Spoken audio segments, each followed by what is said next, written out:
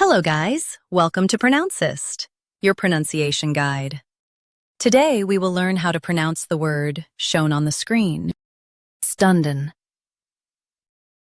Both US and UK have the same pronunciation of this word, STUNDEN. Now read the syllables shown on the screen naturally. Stun, den, STUNDEN. Stress the first syllable, stun, and keep den light. Stun, den, STUNDEN.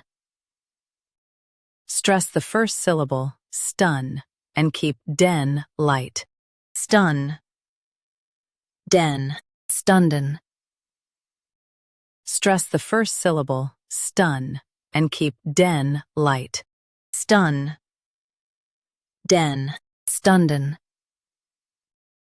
Practice repeatedly and you'll soon be able to say this word perfectly. The best way to practice is to repeat the syllable multiple times.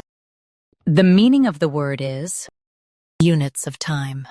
Try repeating this word several times to improve your pronunciation. We post daily videos on useful and commonly mispronounced words to help you speak clearly and confidently.